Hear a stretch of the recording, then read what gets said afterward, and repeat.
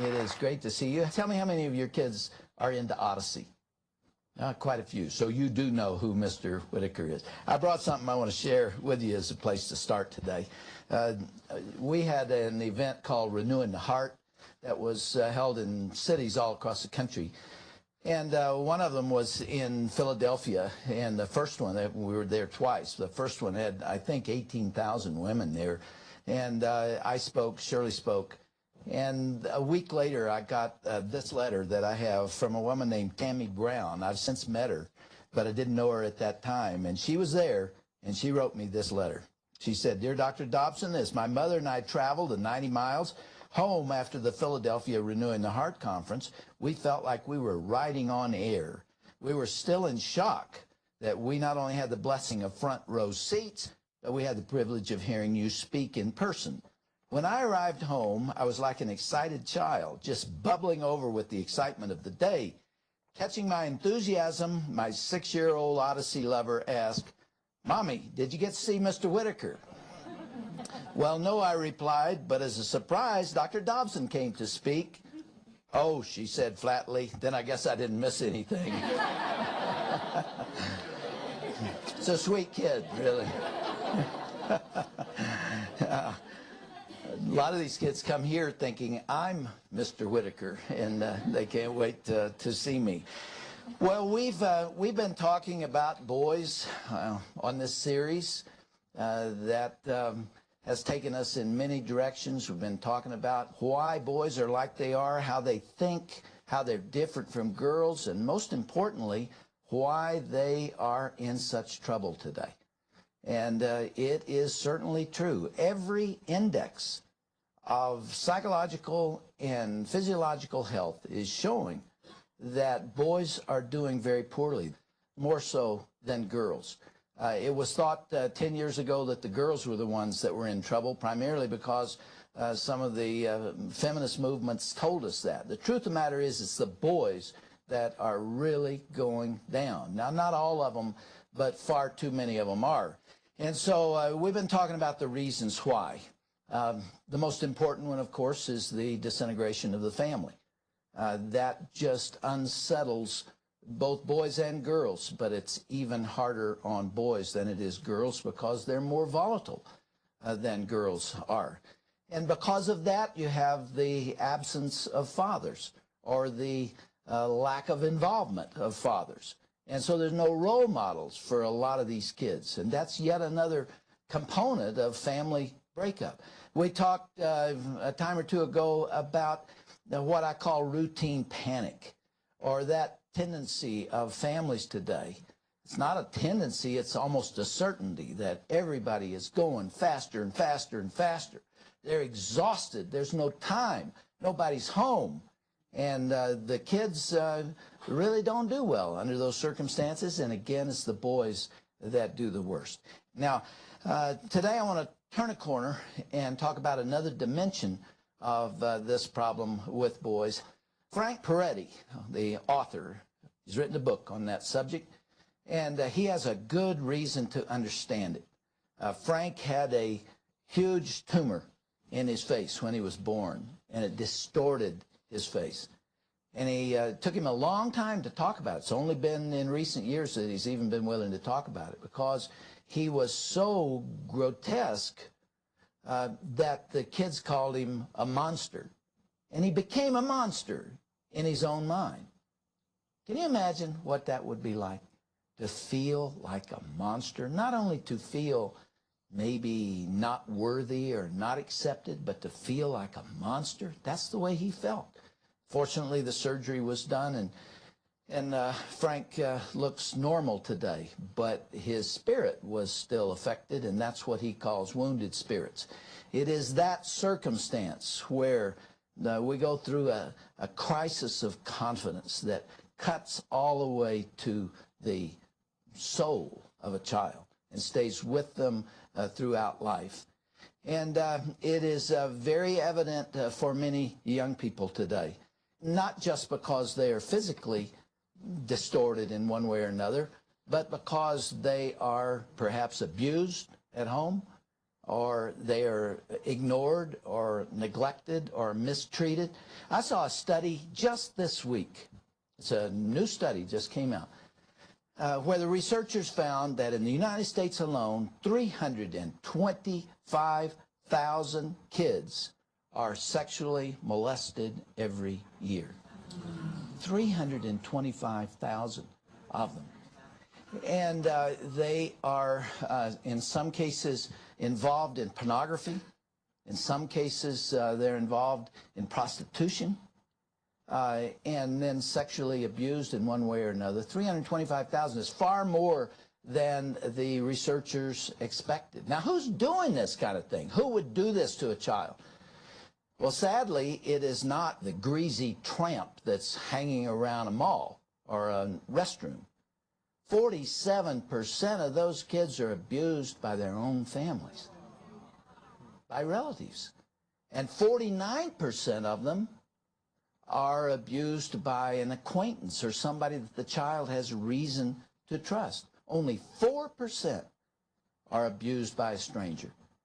It's happening right at home. See, all of these things I've been describing, all of them link to the same issue. It has to do with the breakup of the family and with all of the things that flow from that. Now, when you're talking about wounded spirits, I think it's really important to talk about the impact of the culture. And I've dealt with that in my book, Bringing Up Boys, especially the entertainment industry. You know, the filth, the utter filth and the violence and the illicit sexuality that is pumped into the veins of our kids from very, very early in life makes a profound impact on them. I talked in this book again about the movie that came out several years ago called Scream. You remember that? Remember the movie Scream? I hope you didn't see it, and I'm most assuredly hope that your children didn't see it. Scream opened with a girl being murdered in a brutal way, and then the murderer cut her open and disemboweled her and hung her on a clothesline for her mother to find. Now, this was the most popular movie teenagers saw during that era. That is incredible that nobody yelled about this. Horrible stuff. It's produced by Miramax, which is owned by Disney. Thanks a lot, Michael Eisner, for doing this to our kids. Take the money and run, sir. You and the rest of the Hollywood moguls. I get angry when I think about what you're doing to our kids. What did he do? He turned around and made Scream 2 and Scream 3 to exploit the kids even more. I'm also very, very concerned about the emphasis on body image that is coming out of Hollywood. No kid feels he can measure up. No kid feels entirely adequate because there's no way, as a little girl, for example, that she can match the sculptured, surgically improved body of the girls and women on Baywatch. There's no way that she can ever measure up to that. She can always feel inadequate, always feel somewhat less than what she ought to be. The studies that have been done about very young children at this point are shocking to me. Do you know that 80% of fourth grade girls, 8 out of 10 fourth grade girls, have tried to diet because they feel overweight? 50% of all children between 8 and 11 are dissatisfied with their weight. So we tell these very little kids, you're a fool, you're a failure, you don't look right, there's something basically wrong with you because you can't measure up. And it is a global affair, as you know. MTV, that I consider to be just a horrible television cable offering, is the most watched TV channel in the entire world. 347 million homes around the world, 147 countries, and 17 languages get MTV. And if you watched it at all, you know what it's doing. It's illicit sexuality, it's immorality of every sort, And it is this emphasis on body image. And it bothers me. In the South Pacific Islands, they did not have American television and American entertainment to any great degree until just fairly recently. And they began to get American television. And so for the first time, Fijian girls were exposed to Melrose Place and Beverly Hills 90210. And so they were getting this kind of trash given to them for the first time. And it had an immediate impact on them. And they started talking to others about being too big and too fat. 62% of them attempted to diet as soon as they saw that. And this is beamed all over the world. Can you imagine, folks, in Kenya, these little children in the Maasai warrior tribe sitting in a mud hut now have access to MTV? See, we're exporting that stuff all over the world, and it's having a great impact on kids. Girls are experiencing it. Boys are suffering in some ways even more. There's just really no one who is immune to it. I think arguably the most glamorous woman in the last 50 years has been Princess Diana. You know, before she died, she was admired by women and men all around the world. Look what she had. She had everything. She was beautiful. She was fabulously wealthy. She had the very finest of clothes that money could buy, and money did buy. And everywhere she went, there were paparazzi, these photographers that followed her around. There's no woman that's been given the kind of attention and respect that she has, so much so that she didn't want it. And yet, Princess Diana looked in the mirror and didn't like what she saw. She felt fat. And she became an anorexic. She had an eating disorder. If that doesn't say it all, when you've got it all, you still feel like you don't have anything.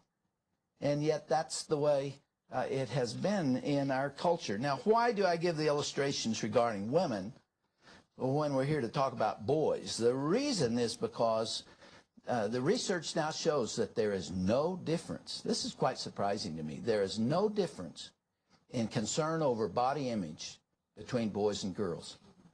They all approach it the same way. And boys struggle in the same way that girls do. They all want to be powerful. They want to be what's called a hunk. They want to be massive. They want to be able to throw their weight around. And you get a little 4-year-old boy. What's he going to tell you? He's going to say, "Dad, look at this. Look at this, Dad." And he points to the place where a muscle may be someday. And what's Dad supposed to say? He's supposed to say, "Oh, yeah, you're really strong." You know, because that's what he wants to hear. What does that mean when that little boy grows up and he doesn't grow up? What does that mean for a kid that's late in developing and is smaller and less powerful than everybody else? What does that mean for a tiny boy who is uncoordinated and he doesn't play football and he can't play basketball and he's really teased by the others? You know, kids are cruel to each other. It's amazing what they do to each other. And they take a little kid like this and they call him shrimp and wimp and runt and gnat and all the names that go to the heart of who he is. It's not just that he has a nickname, it's that the nickname, to some degree, accurately describes the way he is seen. And it begins to eat on his soul and begins to affect him. I was at a McDonald's hamburger place some years ago before I had a heart attack and took all the fun out of eating. And I was sitting in the car and I was eating this hamburger, and I looked in the rearview mirror and I saw a scrawny, emaciated, starving little kitten come out on the ledge behind my car. And it touched my heart. I've always been a sucker for an underdog, or in this case, an undercat, I guess. And so I got out of the car and I walked back to this little kitten. It was so pitiful. And I tore off a chunk of my hamburger and I kind of threw it down for her. and the little kitten took a step toward it, and a big tomcat came out of the bushes and ran out and grabbed that and disappeared back into the bushes. And this little kitten also ran into the bushes. And I couldn't get her to come out again. I called her, and I tried to entice her with food. And I thought, you know, this reminds me of my years as a junior high teacher. That's what the kids do to each other. You know, those that have no confidence, those that have been abused, gradually get the courage to come out from the shadows. You know, and they're going to go out for basketball. I want to go out for basketball. They take a chance. They ask a girl to the prom or what have you. So they come out of the shadows, and then they just get mauled. They get jumped on by the other kids, and they run back in. And this is what they deal with. I received a phone call from a mother about, I suppose, 2 months ago. And she was very, very concerned about her 12-year-old boy. I'll call him Brad. I know this family. It's one of the strongest families I've had the privilege of knowing. Deeply committed to their kids. Father deeply committed to his son, Brad. But they discovered, almost by accident, that Brad, coming out of this wonderful home, was contemplating suicide. And it terrified them, obviously, and they began investigating and finding out. Brad had heard that you can kill yourself by eating a whole tube of toothpaste, and that's what he planned to do. And fortunately, the word got out before he did it. But they tried to find out why he would do that. Why would a kid that's loved at home and has good relationships with his sisters, why would he want to do something like that? And it's the same old story. I've heard it a million times. I've seen it in working with kids. He was being bullied by the other kids at school, one in particular, who's bigger than he was, and began pushing him around and taunting him because, he said, his ears protruded just a little bit. Not much. Just didn't have to be much. Protruded a little. And this kid was just giving him fits. And he would pass this other boy in the hall, and this boy would go like that to him. It took away his desire to live. Now people say it's an overreaction. My goodness, why do you get so excited about this? Everybody goes through that. Sure they do. Most of us did. And most of us got through it. But most of us are different for having gone through it. And some of us didn't get through it and have carried that with them for the rest of their lives. Bullying is a huge, huge problem in this culture. Huge problem. The Kaiser Foundation did research on this just this year and found that 74% of kids between 8 and 11 years of age have been bullied. That's nearly everybody, 74%. And 86% of kids, all ages, have been bullied. This is a phenomenon that's taking place in school, and the impact of it lasts for a lifetime. You just don't get over that very quickly. Maybe one reason I feel so strongly about this with reference to boys is because I used to be one, and because I've been through it too. When I was 14, I ran around with kids older than me, and that worked until we got into junior high, and then I began taking flack from these kids. And it was only 2 years of my life that was painful to me. The rest of my life has been wonderful. I have nothing to complain about. But in those 2 years, it's pretty tough because I was taking it. I was really getting it. And I remember one day when it had just really been a terrible day for me, that I came home alone. And boy, at 14, I sure wouldn't have wanted you to know this. I cried all the way home. 14, I cried all the way home. And I got home, and as usual, my good dad was there. And he sat me down, and we talked about it, what had happened. And you see, what he did is he talked me down from the precipice. This is really important for you to understand. If you've got parents that are involved, like Brad, when you run into these things, You can work your way through them, and you can release the tensions. But many kids don't have that. There is nobody at home, and nobody cares. And maybe they care, but they're too exhausted to even be involved. And so these tensions grow, and they get more angry, and there's a kind of a rage that develops inside. I found my own way to deal with this. When I was 16, we moved down to South Texas, and I was determined I was not going to be pushed around again. And the first night I was there, I went to a football game alone. I sat up in the stands, and a kid behind me was banging me on the head with his program. Great reception to a new town. And I turned around and I jumped right in the middle of him, and we had a big fight. My first night there, we had this huge fight. And of course, that kid became my best friend, and that's usually the way it works. And in fact, folks, I said that on the air. I told that story on the air, and I said, his name's Ellis Camp, and I haven't seen him since the night we graduated. If anybody ever heard of Ellis Camp, tell him that I'd like to talk to him. Yeah. Would you believe Ellis Camp was listening to me at that moment on the radio?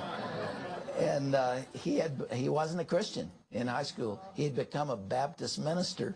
And I invited him to come to Focus on the Family, and we had a huge fight that started. But about 2 or 3 days after that fight in the stands, there were 2 or 3 other boys that were harassing me and giving me trouble. One of them was pretty good size, and he was following me down the hall, and he was stepping on my heel, and he was pushing me. I was a new kid in town. They saw me as an easy mark, and I turned around, and I threw my books in his face. Yes, both of them, and by the time he could see again, I was on top of him. And I tell you that to say that's not the most mature way to handle something. But you know what? Guess what stopped? Bullying stopped, because the word got around. I was 6'2", and you know, I was strong, but if I had been about 8 inches shorter and weighed about 25 pounds less, they would have made me absolutely miserable. Here is the point. We have been seeing in the schools and in other settings, the gang warfare and other things, the violence that's taking place among the young, especially among boys. Just look at the school shootings. It's not the girls that are doing that. It's the boys, by a factor of about 10 or 12 or maybe 14. It's the boys that are doing it. They're the ones who don't cope well with pressure. And with no one there, with families not there to help them cope with this, then the rage grows. And then you have the kind of violence that we've been seeing. Santee High School in San Diego, not too long ago, where 2 kids were shot. That was done by Andy Williams. And Andy had been called anorexic body. And he had been taunted for being little and not a man. There you see it. There you have it. You start looking at each one of those events. Now, I'm not saying that there's any excuse for it. I'm not saying that we should not hold those young people accountable. Of course we should. It's a horrible thing that they're doing. But behavior has a cause. It has a reason. It has a foundation. And usually you can find the foundation in wounded spirits. We here at Focus on the Family are just down the road from Columbine High School in Littleton, Colorado, where that horrible massacre took place on April 20th, 1999, when Eric Harris and Dylan Klebo killed 13 people and then turned the guns on themselves.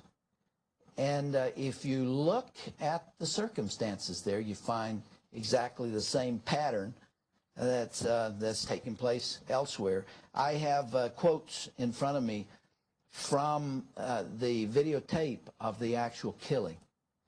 And Dylan Klebold said, "This is for everyone who teased me." There we go. There's the linkage. Eric Harris said, "Your children have humiliated me. They've embarrassed me. They will all be dead, blankety blank blank. I am God, and I determine what is true." You see again the linkage to this assault on the self-esteem, the assault on confidence, the assault on personhood that's taking place in the schools. Let me offer some advice in conclusion to parents who have kids in that situation. And what should you do when you're beginning to see it happen with your kids? You know, there's this bickering that goes on between kids. That's inevitable. It takes place between siblings.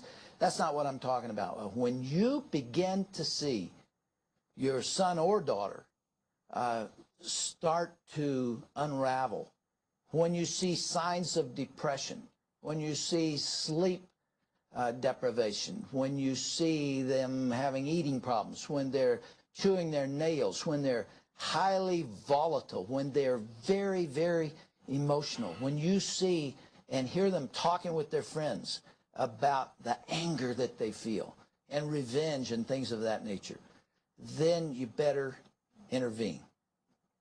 Now, parents have and teachers have, for some reason that I've never understood, felt for a long time that kids grow from this and they have to learn to cope with this, and so we really shouldn't do anything. They'll work their way through it and they'll be better for it. I disagree strongly. When you see it happening, you've got to step in to help these kids, because especially those who can't defend themselves, especially the little undercat, especially when you've got a boy or girl that looks a little different or doesn't cope quite as well with school, academically or other ways, and you just know they're really getting wounded and getting hurt. I'd get them out of there. I would not leave them there. I wouldn't do it there. You can start over in another place and get away from all those memories. I would take a kid out of a public school and put him in a Christian school. But it may be he's in a Christian school, because it can happen there too. I'd take him out of a Christian school and put him in a public school if I have to. Or I would homeschool him. Homeschooling is a great answer for a kid like Frank Peretti, who feels like her. Keep him there till he can grow up a little bit, till he can get his legs under him. Be there to reassure him, to tell him that you care. Yeah, I taught school for a number of years when I was 24 to 27. Learned a lot about kids during that time. And I made up my mind from the beginning of that experience that those kids were not going to tear up the most vulnerable kids. And I said to them, right at the beginning, especially when they began picking on the little boy or the taller girl or the overweight kid or the one that's hurting some way. And I waited till it happened. And then, boy, I was right on the backs of those kids. And I would say, wait a minute, who makes you think you hung the universe? You know, there are things about you we could all laugh at too. I know some of those things. I could share them and we would all laugh.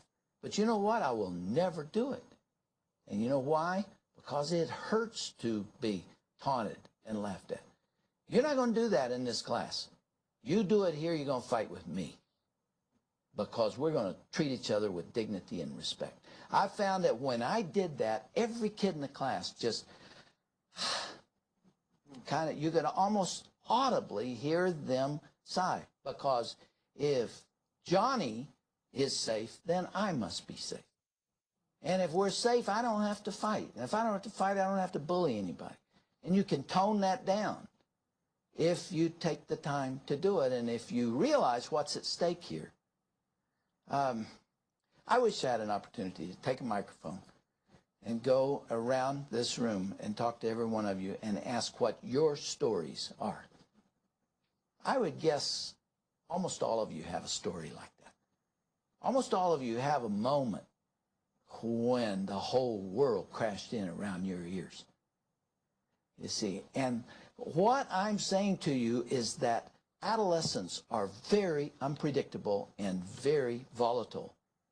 And you must stay tuned in to what's going on in their minds. Suicide comes out of nowhere frequently. And parents had no clue that this was going on.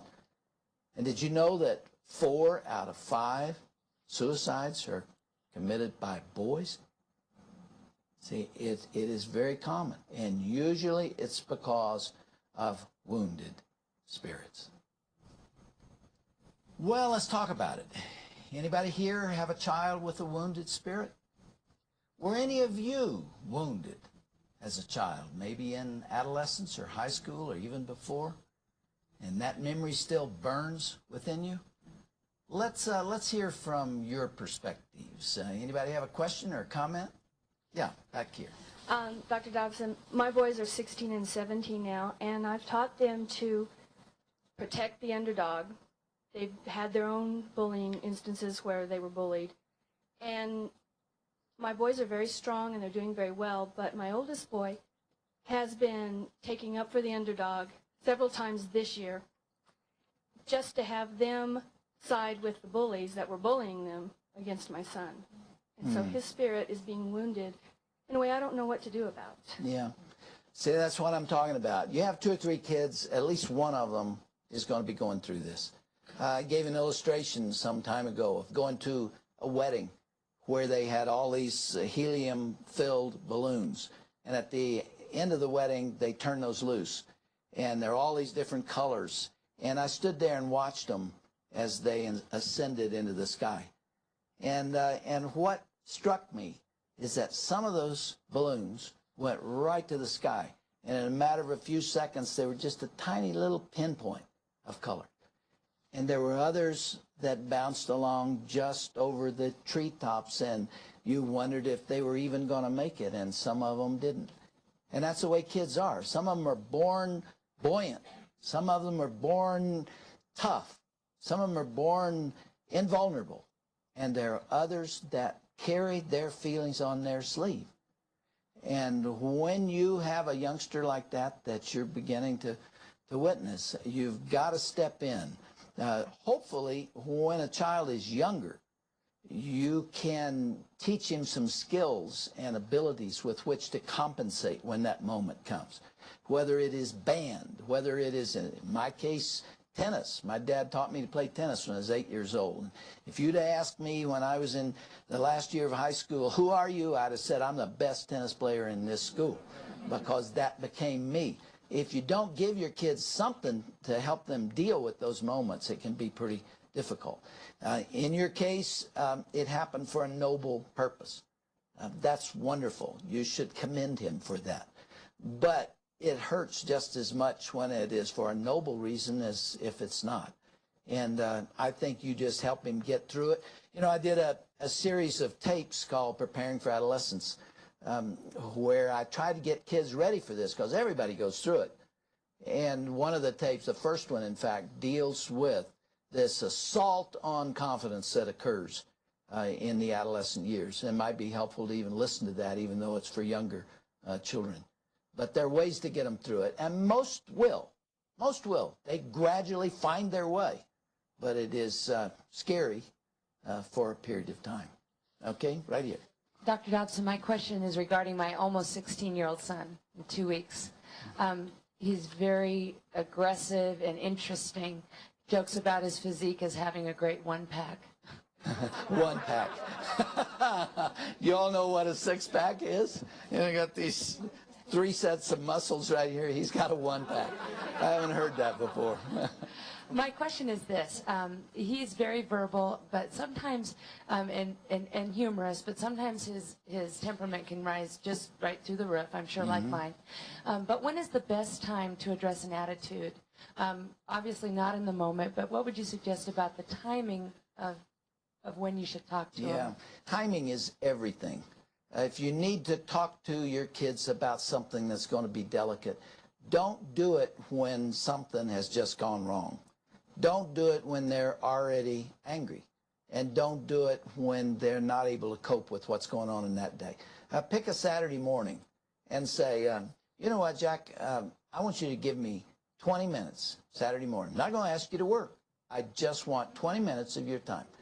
And there's something that I just want to say to you from my heart. And you give me 20 minutes, and then you schedule it. And then come back to him and talk about that. By the way, you mentioned the one pack and the humor. That's one of the ways that kids deal with this. Some deal with it with rage and anger. Some deal with it with humor. And so the clown, like Woody Allen or some of those people, you can look at them and know where they learned how to do what they do. They learn through humor. And most comedians have developed that defense mechanism to the point that they turn it into a profession. So humor itself disguises sometimes what's going on inside, and then you trigger it, and bam, there it comes, and that's what you're talking about. Okay? Dr. Dobson, I've seen how discovering their sexuality can just destroy a spirit. Yes. And I wonder if you could address the sensitive subjects of a little boy exploring his body and how that will not turn into obsessive masturbation. Yes. At what age? Well, right now 5. Yeah. But as growing up with that. You know, we have a steady stream of mail that comes from mothers who are very concerned about what they call masturbation, which is not really masturbation at that age. And sometimes it's at 3 or 4 or 5. And what's really happened is they've discovered the good feeling place. You know, and there's no moral or physical or physiological or emotional harm to it. The only difficulty you can get in is if you begin to overreact to it and make it a big deal. It's important to explain to them there's some things we don't do in public. You know, you don't go to the bathroom in the middle of the road. There's some things you don't do in public. And you really shouldn't fondle yourself like this. People will make fun of you. But I think if you just stay back a little bit, that will go away. As for pornography, that is a bigger problem. Yesterday, I had a father call me who has a 16-year-old son who came to him in tears because he is already addicted to pornography and he can't stop it. He cannot stop it. He's embarrassed about it. He doesn't want his mother to know and doesn't want anybody to know, but I have a good relationship with him, and he told me. And you know where he found it? On the internet. And you know what he saw on the internet? Those freebies that are put on the internet to entice people to buy pornography. The truth of the matter is, pornography is, as you know, very, very addictive. It is probably more addictive than cocaine. One exposure of that nature to a 13, 14, 15-year-old boy can grab him and hold him for life and mess up his marriage and mess up everything that comes after. And it's already happened by the time they're 16 or 17 years of age, and it is very difficult to treat. The only way to treat it really is to be in the hands of somebody who knows that problem and can help with accountability groups, somebody that can support the determination to stay away from that stuff. Here at Focus on the Family, we have a hotline for pastors where they can call anonymously or they can give their names. We have counselors who've had many years of pastoral experience, and they can call about anything they're concerned about. Do you know the number one reason they call is pornography? Isn't that sad? See, 20 years ago, a pastor would have to go to an adult bookstore and bring something out in a paper bag where he might be seen. Now he can just go in his office, close the door, and nobody knows what he's doing. There's no way to estimate how widespread it is, and it's in this room because it's everywhere and because you can hardly escape it, including that 16-year-old boy the father talked to me about yesterday. If you're going to use the internet, you're going to find it. And if you're trying to avoid it, how in the world do you stay away from it? It's the result of a culture that has fallen into moral decline. Okay, right here. Dr. Dobson, we went through preparing for adolescence with our 16-year-old son, and I didn't know if you still had the same position on masturbation. I've read Every Man's Battle and several other books that speak to a different position on it. Yes. Because we feel like he cannot participate in that and keep his mind pure. And I didn't know if you'd reconsider that or where you stood on that whole issue.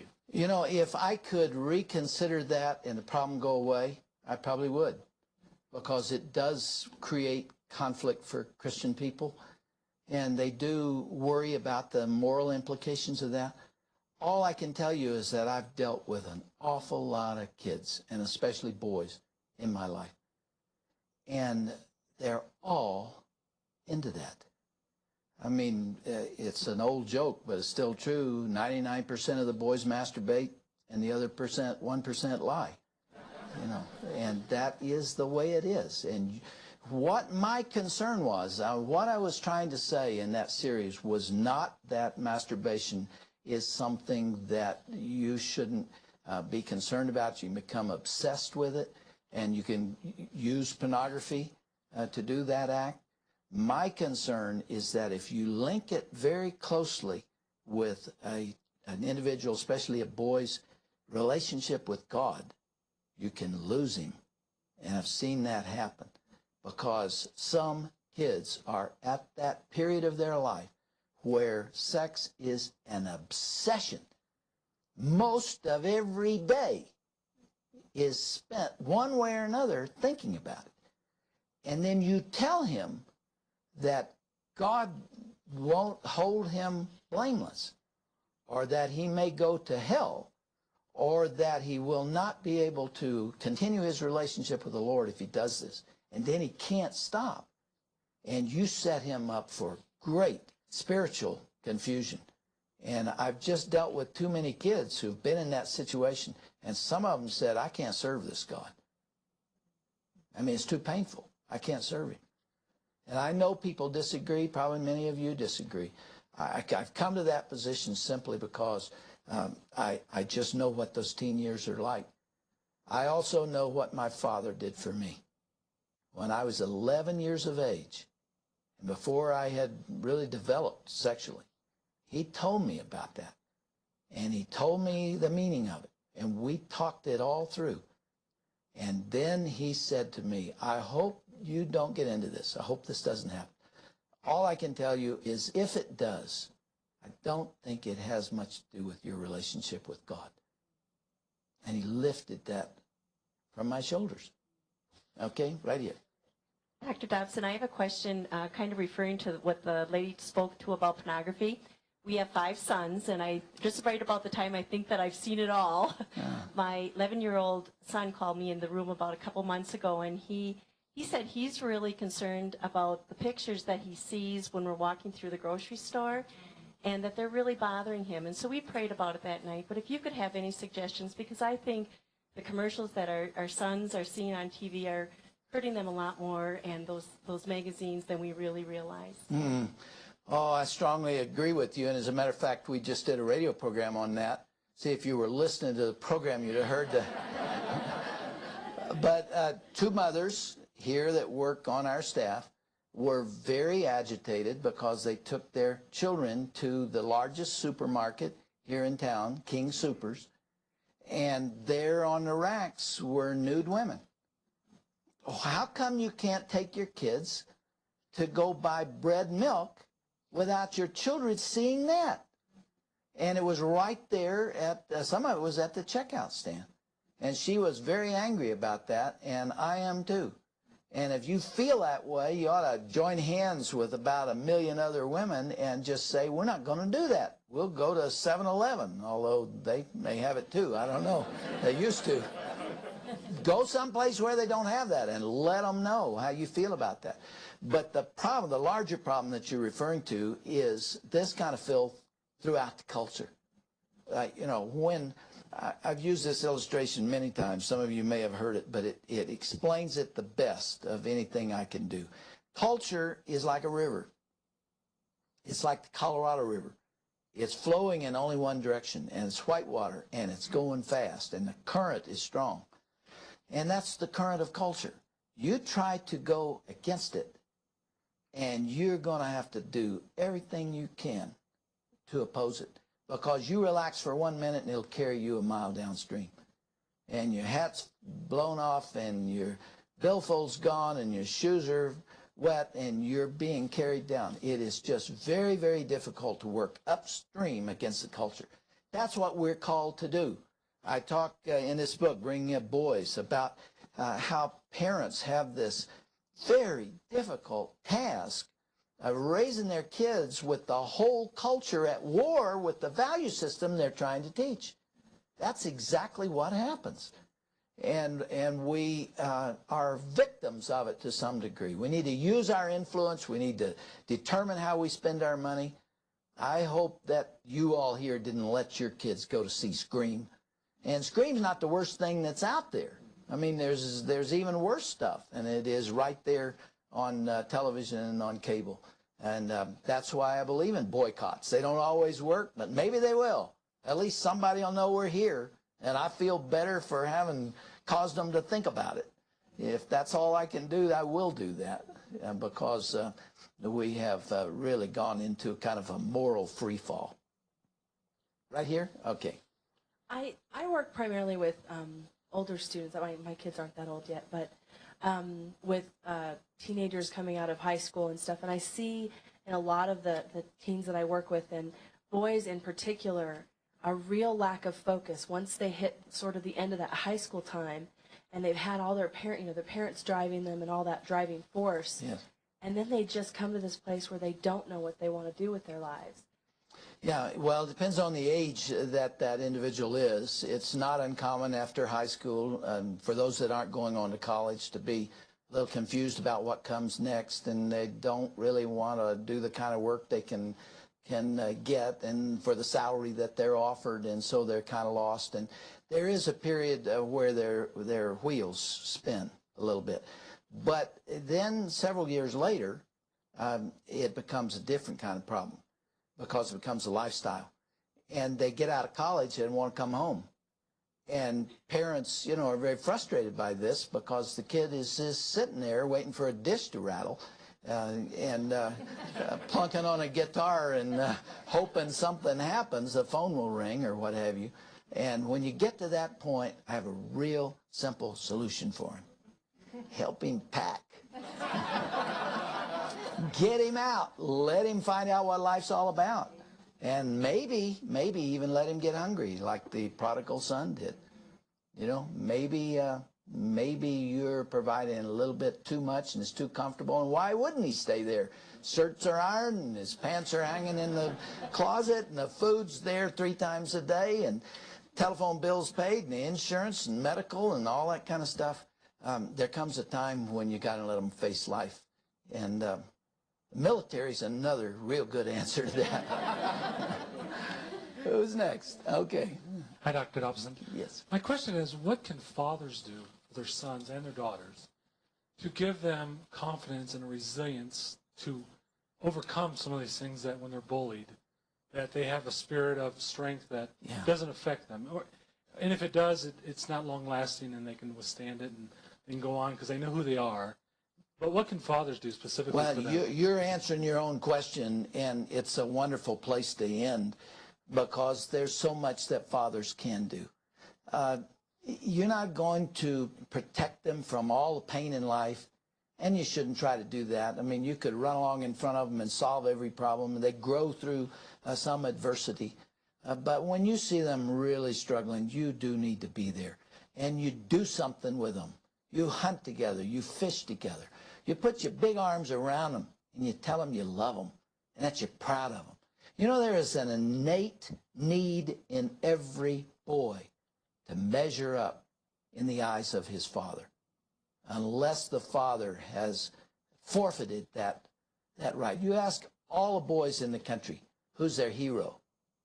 A high percentage of them would say, he's my dad. We need that. We need the approval of our dads. So even if they're getting literally killed emotionally in school or in the social world, there is a place, there's a safe place where this man that I admire most knows that I'm with him. He's with me, and he cares about me, and he's going to stand with me. And the two of us together are going to make it. Thank you all for being with me. You're a wonderful audience. Thanks for your questions and the interactions. Appreciate you being here today. And I trust that the Lord will use something that we've done together today.